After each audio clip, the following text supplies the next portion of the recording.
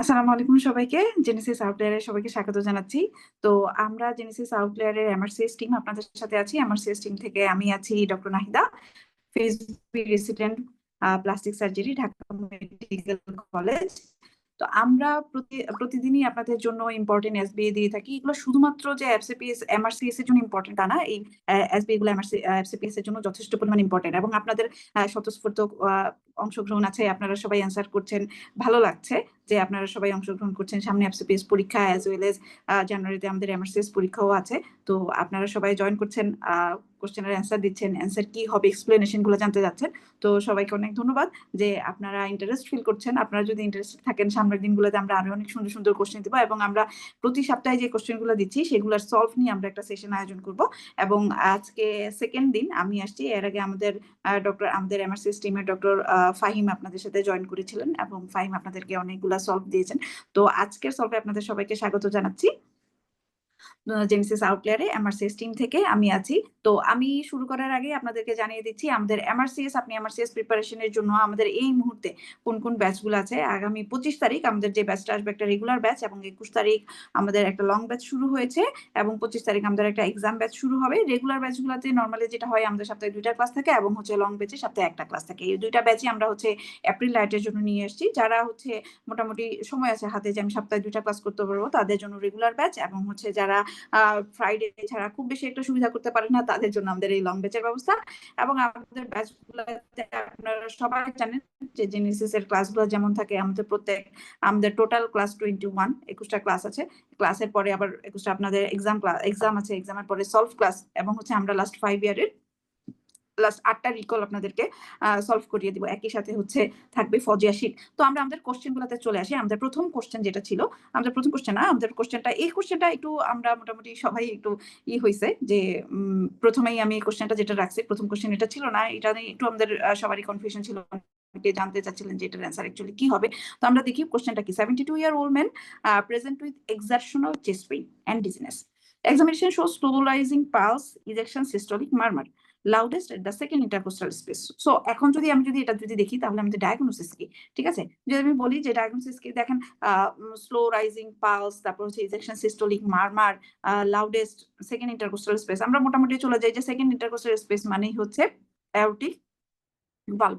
ঠিক আছে, আর অ্যাওরটিক ভালভে যখন স্টেনোসিস হয় তখন আমরা স্লো রাইজিং পালস পাই। তারপর পেশেন্টের সাইনের মধ্যে আর কি থাকে, সাইন সিম্পটমের মধ্যে থাকে পেশেন্টের এক্সেশনাল চেস্ট পেইন থাকে, ডিজিনেস থাকে। আর যখন আমরা এক্সামিনেশন করি তখন আমরা slow rising pulse, ejection, systolic murmur পাই, এবং সেকেন্ড ইন্টারকোস্টাল স্পেস। তাহলে আমাদের মোটামুটি এটা ডায়াগনোসিস অ্যাওরটিক স্টেনোসিস। ঠিক আছে, অ্যাওরটিক স্টেনোসিস। এখন আমাদের কাছে অপশন যেটা ছিল সেটা white pulse pressure, early diastolic murmur, soft or absent S2, bounding or peripheral pulse, displaced apex beat. তো আমাদের ম্যাক্সিমাম অ্যান্সার যেটা এসেছে, আমাদের ম্যাক্সিমাম যেটা অ্যান্সার করেছে, আমার পরিচিত অনেকে অ্যান্সার করেছেন, ম্যাক্সিমাম যেটা অ্যান্সার করেছেন সেটা কি, সেটা displaced apex beat. Displaced apex beat. এখন এই ডিসপ্লেস অ্যাপেক্স বিট আমরা যেটা পাই, ঠিক আছে, ডিসপ্লেস অ্যাপেক্স বিট অনেকের যেটা অ্যান্সার ছিল ডিসপ্লেস অ্যাপেক্স বিট। তো আমরা সবাই জানি কি, অ্যাওরটিক স্টেনোসিস যখন হবে তখন কি হয়, this is aortic valve and this is stenotic aortic valve. তো অ্যাওরটিক স্টেনোসিসে আমরা কি দেখলাম যে লেফট হার্টে কি হয়, হাইপারট্রফি হয়। ঠিক আছে, লেফট হার্টে হাইপারট্রফি হয়। তো লেফট হার্টে যখন হাইপারট্রফি হবে তখন স্বাভাবিকভাবে অ্যাপেক্স বিটটা ডিসপ্লেসড হয়ে যাওয়ার কথা। কিন্তু আমরা যখন অ্যাওরটিক স্টেনোসিস যখন হয়, তখন হাইপারট্রফি কেন হয়? এই স্টেনোস যে ভালভ আছে সেই ভালভ দিয়ে কি হয়, আমাদের ব্লাডটা ঠিক মতো কি করতে পারে না, যেতে পারতেছে না। ঠিক আছে, তখন কি হবে, লেফট হার্টের উপরে একটা প্রেসার পড়বে, লেফট হার্ট বেশি বেশি ওয়ার্ক আউট করবে, সে কারণে লেফট হার্টে হাইপারট্রফি হবে। এখন হাইপারট্রফি যখন হবে তখন কি হবে, এই যে আমাদের লেফট হার্ট আছে সেই ডিসপ্লেস হয়ে এখানে, কারণ বড় হচ্ছে। কিন্তু মজার বিষয় যেটা, সেটা কি, লেফট হার্টটা কনসেন্ট্রিক্যালি এনলার্জ হয়। কনসেন্ট্রিক্যালি এনলার্জ হওয়ার মানে কি, কনসেন্ট্রিক এনলার্জ মানে সেটা ভেতর দিকে এখানে। ঠিক আছে, এই যে আউটার বর্ডার কখনো এই পাশে আসবে না। ঠিক আছে, ভিতরের দিকে বার হয়, সে কারণে হার্টের চেম্বার ছোট হয়ে আসে। ঠিক আছে, আমরা কি জানি যে আফটার লোড কমে আসে। ঠিক আছে, তাহলে এই যে আমাদের সবার যে অ্যান্সার যেটা ছিল ডিসপ্লেসড অ্যাপেক্স বিট, এটার অ্যান্সারটা ডিসপ্লেস অ্যাপেক্স বিট না।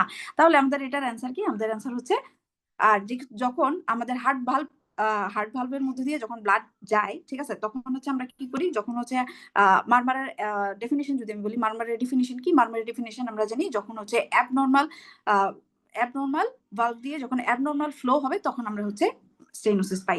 আর হচ্ছে যখন তখন আমরা পাই মারমার, এবং হচ্ছে যখন আমাদের হার্ট ভালভ গুলা, যখন আমাদের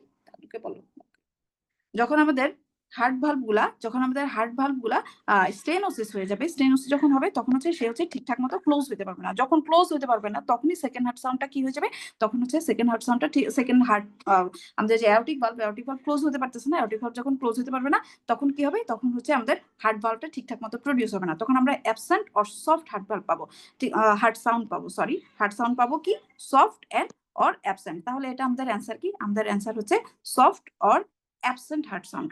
soft or absent heart sound পাবো আমরা। এই আমাদের অ্যান্সার কি, অ্যান্সার হচ্ছে soft or absent heart sound.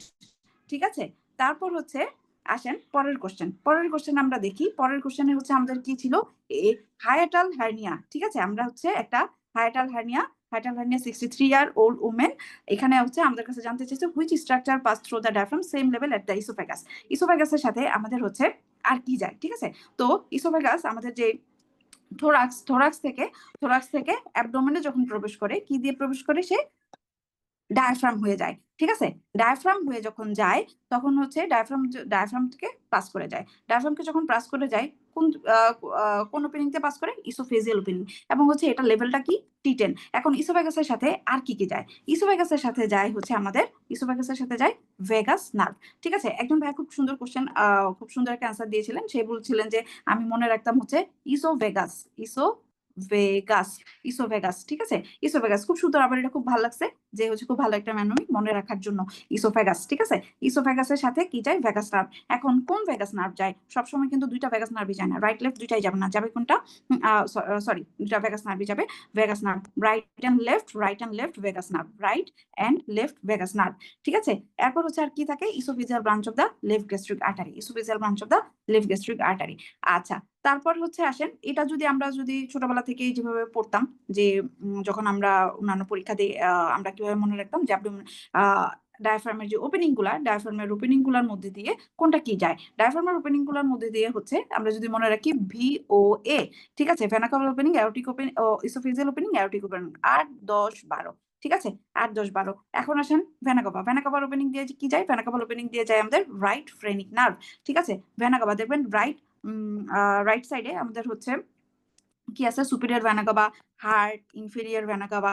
ঠিক আছে, এইখানে রাইট সুপিরিয়র ভেনা কাভার সাথেই নেমে আসে, সুপিরিয়র ভেনা কাভার সাথেই রাইট বর্ডার হার্টের এই পাশ দিয়েই নেমে আসে হচ্ছে আমাদের রাইট ফ্রেনিক নার্ভ। সেখানে রাইট ফ্রেনিক নার্ভটা ভেনা কাভাল ওপেনিং দিয়ে সরাসরি যায়, ইসোফেজিয়াল ওপেনিং, এন্ড তারপর হচ্ছে অ্যাওরটিক ওপেনিং। অ্যাওরটিক ওপেনিংটা আমরা কিভাবে মনে রাখবো, অ্যাওরটার সাথে আরো কি যায়, অ্যাওরটার ওপেনিং সাথে যায় থোরাসিক ডাক্ট এন্ড এজেগাস ভেইন। এটা আমরা মনে রাখি ATA। এটা আমি আমার জেনেসিসের একজন বড় ভাইয়ের কাছ থেকে শিখছি, আটা। ঠিক আছে, A for aorta, T for thoracic duct, and A for azagus vein, ঠিক আছে, তাহলে এটা আমাদের অ্যান্সার কি, এটা আমাদের অ্যান্সার হচ্ছে, এটা মোটামুটি আপনারা সবাই পারছেন যে হচ্ছে আমাদের ইসোফেগাসের সাথে ডায়াফ্রামের ইসোফেজিয়াল ওপেনিং দেয়ার কি থাকবে, ভেগাস নার্ভ। এটা আপনারা সবাই পারছেন, সবাইকে অনেক অনেক ধন্যবাদ এটার জন্য। তারপরের কোশ্চেন আমরা চলে আসি, A patient on warfarin come to emergency department with bleeding gum. আচ্ছা, result in platelet prothrombin time prolong, APTT normal, platelet count is also normal, so which factor deficiency best explains this? আচ্ছা, এখন আমরা দেখি যে যখন আমরা দেখব যে কোনো পেশেন্ট কি পাচ্ছে, সে কি পাচ্ছে, ওয়ারফেরিন। এটা কি, এটা একটা অ্যান্টিকোয়াগুল্যান্ট। এখন ধরেন কোন একজন পেশেন্ট, তার ব্লিডিং হচ্ছে, এখন ব্লিডিং স্টপ হওয়ার জন্য আমার কি লাগবে, সেখানে ক্লট ফর্মেশন হবে। ঠিক আছে, ক্লট ফর্মেশন যখন হবে তখন কি হবে, ব্লিডিং বন্ধ হবে। এখন ক্লট ফর্মেশন হওয়ার জন্য আমার কি লাগবে, ক্লট ফর্মেশন হওয়ার জন্য আমাকে প্লাটিলেট লাগবে। ঠিক আছে, প্লাটিলেট লাগবে, আর কি হবে, কোয়াগুলেশন হবে।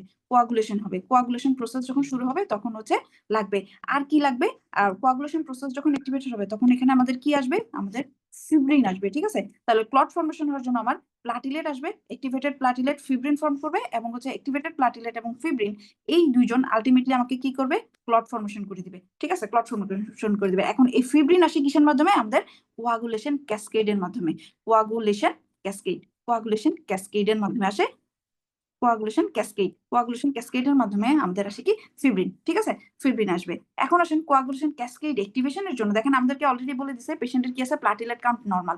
তার মানে এই যে পেশেন্টের ব্লিডিং গাম যেটা বন্ধ হচ্ছে না, তার মানে কি প্লাটিলেটে কোনো প্রবলেম নাই। প্রবলেম কোথায়? প্রবলেমটা হচ্ছে আমাদের এই ফিব্রিন ফর্মেশনে। ফিব্রিন ফর্মেশনের জন্য আমাদের কি লাগবে? কোয়াগুলেশন ক্যাসকেড লাগবে। এখন কোয়াগুলেশন ক্যাসকেড ফর্মেশন হওয়ার জন্য আমাদের কি আছে? আমাদের দুইটা প্রসেস আছে, ঠিক আছে। একটা কি? একটা হচ্ছে এক্সট্রিনসিক পাথওয়ে আর একটা ইন্ট্রিনসিক পাথওয়ে, ঠিক আছে। Extrinsic pathway, intrinsic pathway. তো এক্সট্রিনসিক পাথওয়েতে আমরা কি জানি? এক্সট্রিনসিক পাথওয়েতে আমাদের প্রথমে ফ্যাক্টর 7 অ্যাক্টিভেট হয়, তারপর সে কমন পাথওয়েতে চলে যায়, ঠিক আছে। আর এক্সট্রিনসিক পাথওয়েতে কি হয়? এক্সট্রিনসিক পাথওয়ে প্রথমে ফ্যাক্টর 12 থেকে 11, তারপর 9, তারপর 10, তারপর কমন পাথওয়েতে যায়, ঠিক আছে। এই এক্সট্রিনসিক যে পাথওয়ে আছে সেই এক্সট্রিনসিক পাথওয়েকে ইনহিবিট করে ওয়ারফেরিন। এক্সট্রিনসিক পাথওয়েকে ইনহিবিট করে ওয়ারফেরিন। কিভাবে ইনহিবিট করে?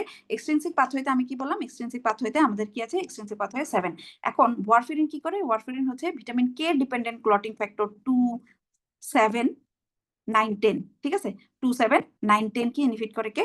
ওয়ারফেরিন। তাহলে এই 7 কোথায় আছে? এক্সট্রিনসিক পাথওয়েতে। তাহলে পেশেন্ট পাচ্ছে ওয়ারফেরিন। তাহলে পেশেন্টের কোন পাথওয়ে ইনহিবিটেড হয়ে আছে? এক্সট্রিনসিক পাথওয়ে ইনহিবিটেড হয়েছে। ওই এক্সট্রিনসিক পাথওয়েকে যখন যদি আমরা মনিটর করতে চাই তখন আমরা কি দিয়ে করি? এক্সট্রিনসিক পাথওয়েকে আমরা মনিটর করি প্রথম বিন টাইম দিয়ে, ঠিক আছে। ফিব্রিনোজেন প্রথম বিন ফ্যাক্টর 2, ঠিক আছে। ফ্যাক্টর 2 ফিব্রিনোজেন প্রথম বিন। এই দেখেন কিন্তু ওয়ারফেরিন কিন্তু তাহলে প্রথম বিন টাইম যে প্রথম বিন টাইম পিটিকে প্রলং করে দিচ্ছে। তাহলে এই জিনিসগুলো কানেক্টেড এভাবে। তাহলে এটা আপনি সহজে মনে রাখতে পারি কি? সহজে মনে রাখার জন্য আমরা কি ইউজ করতে পারি? সহজে আমরা মনে রাখার জন্য ইউজ করতে পারি W for warfarin, E for extrinsic pathway. তারপর আসে 7, ঠিক আছে। We 7 PT warfarin extrinsic pathway monitor করব কি? প্রথম বিন টাইম দিয়ে ফ্যাক্টর 7 উইল বি ইনহিবিটেড। তাহলে আমাদের অ্যান্সার কি? আমাদের এটার অ্যান্সার মোটামুটি অনেকেই পেরেছেন, সবাই পেরেছেন। তাহলে আমাদের অ্যান্সার কি? আমাদের অ্যান্সার হচ্ছে sorry this one, not this. আমাদের অ্যান্সার হচ্ছে ফ্যাক্টর ফ্যাক্টর 7। আমাদের অ্যান্সার কি? অ্যান্সার হচ্ছে ডি। তো সবাইকে ধন্যবাদ আমার সাথে থাকার জন্য। আশা করি আপনাদের কিছুটা হলো যাদের কনফিউশন ছিল কিছুটা হলো কনফিউশন ক্লিয়ার হয়েছে। তো সামনের দিনগুলোতে আমরা ইনশাল্লাহ এরকম সুন্দর সুন্দর সেশন নিয়ে আবার আসবো আপনাদের জন্য। সবাই ভালো থাকেন। আসসালামু আলাইকুম সবাইকে।